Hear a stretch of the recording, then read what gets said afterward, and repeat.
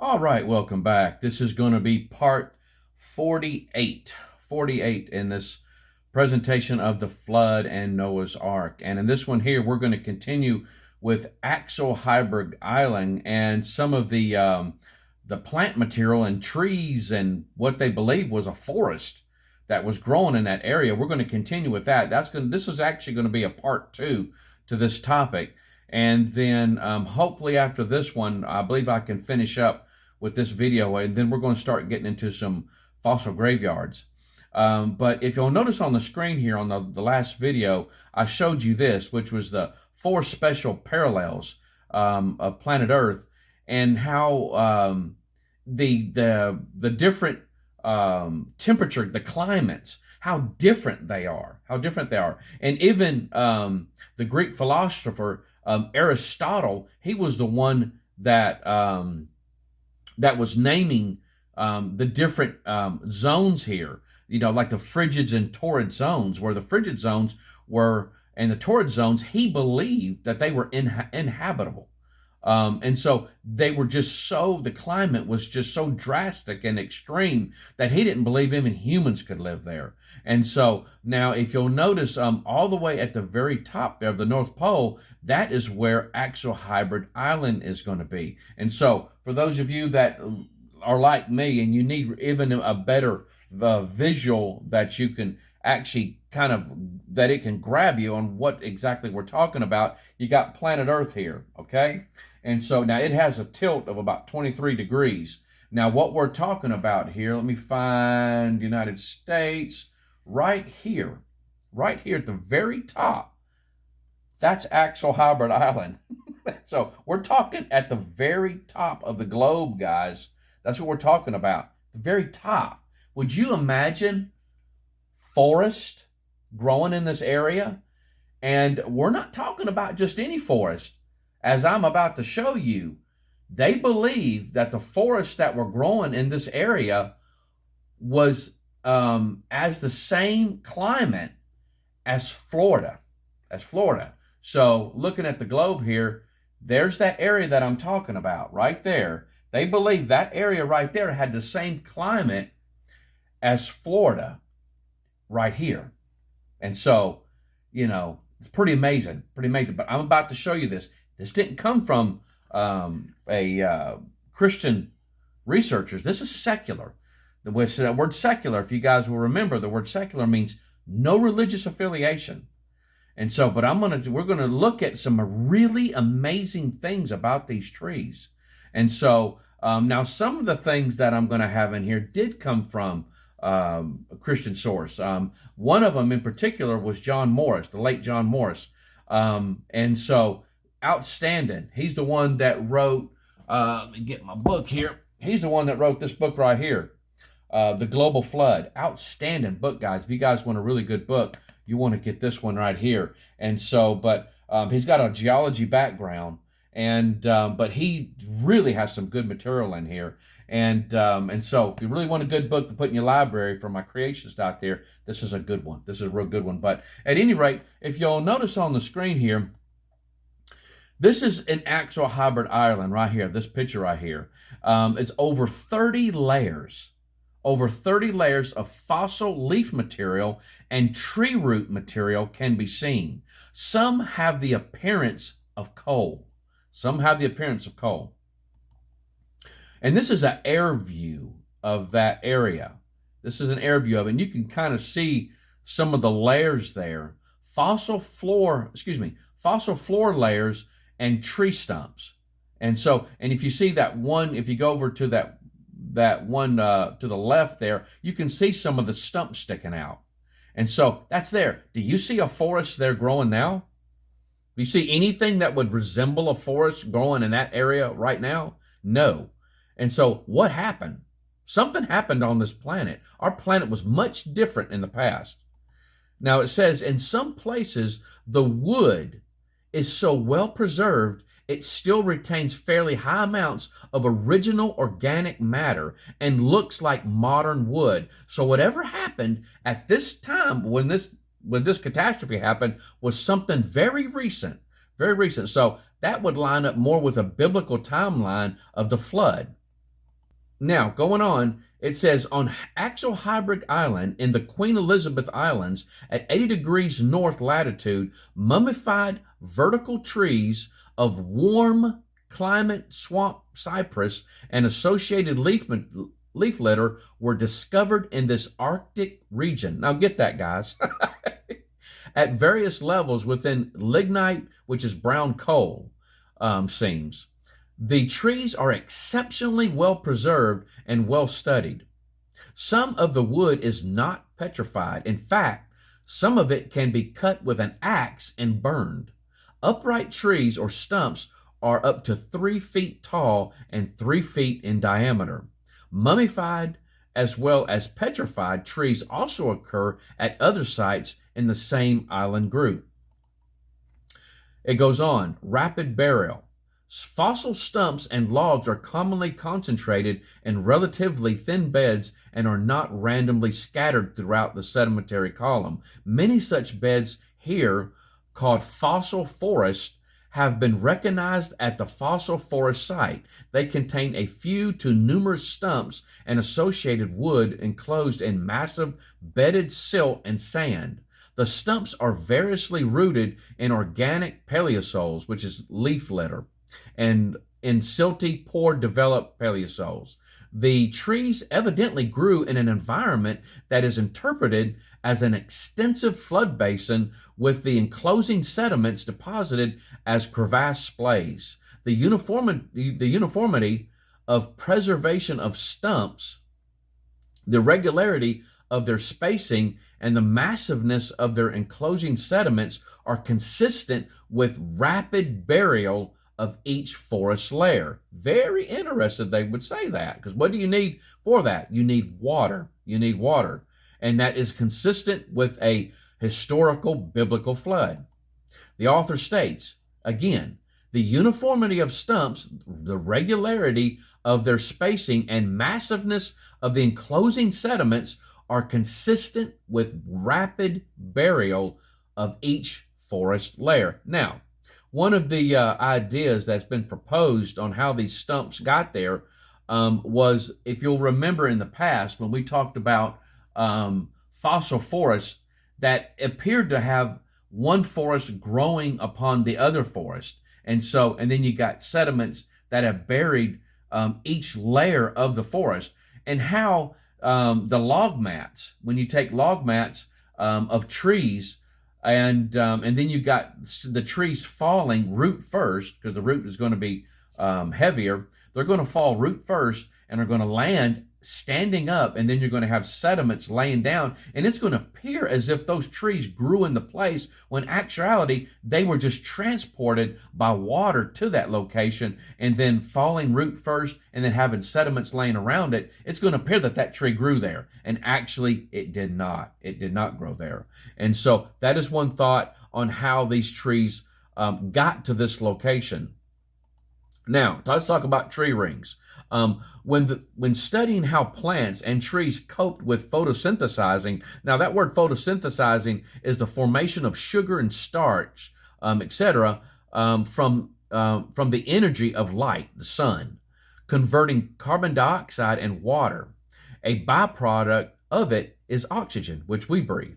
But going on, it says the trees are the best way to figure this out, because the trees record physiological responses in their rings to the outside weather environment. And this is from Patricia Ryberg, which is a postdoctoral researcher, University of Kansas Biodiversity Institute. And so now we're going to look at that, at some of the tree rings, and how the trees can show the environment through the rings, that kind of how they reacted to the weather and the environment around them. Now it goes on here. There are two parts to a ring: a lighter colored growth portion and a darker colored stabilizing season. Not all trees produce annual rings like those in temperate or tropical regions. Year to year variation in ring width reveals information about the growth condition in a particular year. Certain stresses can interrupt the normal growth cycle, like day length, amount of sunshine, water potential, nutrients, the tree's age, temperature, rainfall, height above the ground, and proximity to a tree branch. Research foresters employed by the government of Australia investigated how a tree grows and when it adds a new ring. Measurements were taken every 15 minutes throughout the year of study. What they found was that all trees, even slow growers, respond strongly to even tiny environmental changes. They concluded that even numerous normal conditions can produce an extra ring or not a ring at all. Weather was the biggest factor. That's key, guys. Weather was the biggest factor. Unusual storms with abundant rainfall with dry periods peppered in can produce multiple rings. And so now this picture right here, if you look down on the bottom, now this is the top one is from the fossil wood that they found up there in Axel Heiberg Island. And the bottom one, the bottom picture there, is from a Douglas fir, a Western Canadian conifer. Now, for those of you, when talking about conifers, if you notice this picture right here, this is what a deciduous tree would be, and then you have an evergreen, which is a coniferous. So the deciduous trees, you think when you go to the mountains and you see all the pretty leaves and stuff like that, the pretty colors we like to see, like me, fall and spring are my favorite seasons of the year. I just absolutely love them. Fall probably being the favorite of the two. And so, but deciduous trees have those real nice, beautiful leaves and stuff like that. The conifers are what you would consider when you're talking about like a Christmas tree. So anyway, going back, it says conifers and deciduous trees have different patterns of late and early wood. Now, if you'll notice up there on that conifer, you'll see that it has early wood.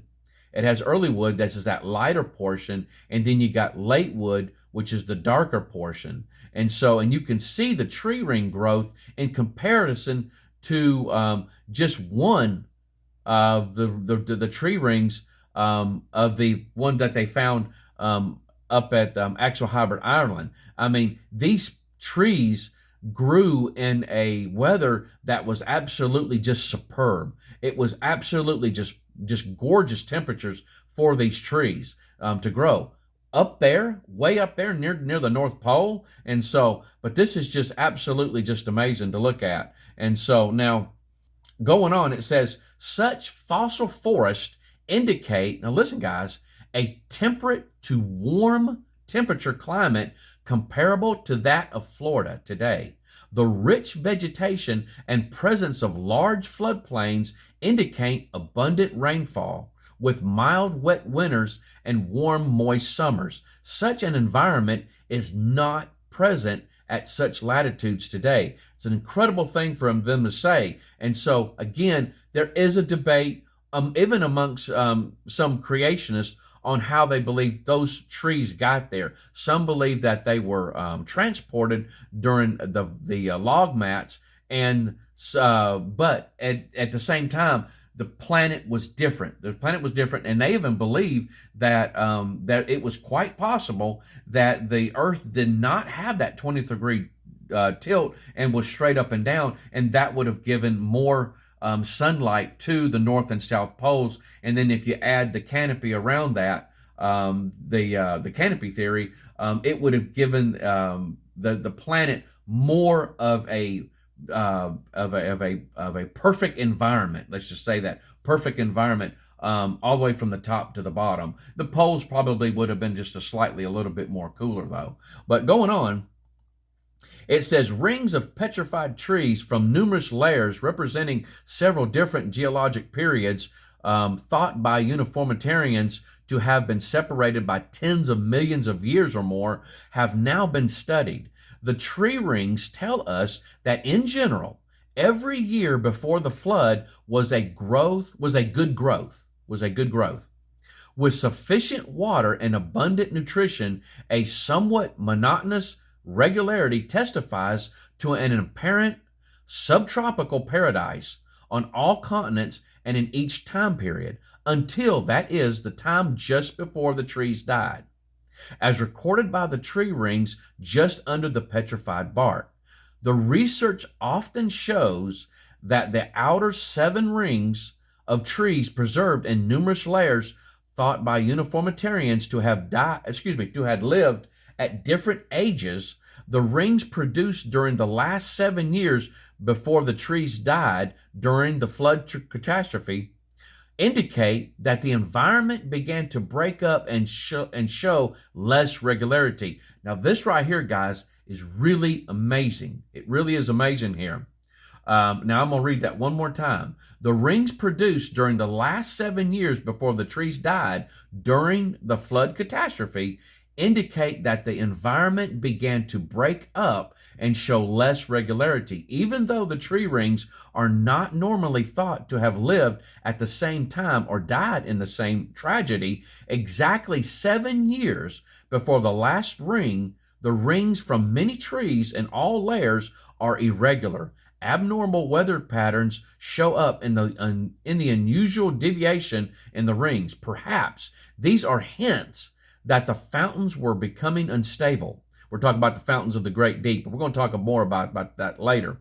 Thought throughout the time he was building the ark, Noah was a preacher of righteousness. The Bible does talk about that. If you want to see that, go to 2 Peter 2:5, where it says that Noah was a preacher of righteousness. He was witnessing, guys, about about the judgment to come. Anyway, going on, it says, proclaiming a coming storm, a calamity to a generation to whom such storms were unknown. As Noah neared the end of his construction project, there were hints the people could see that their perfect world and easy life were falling apart.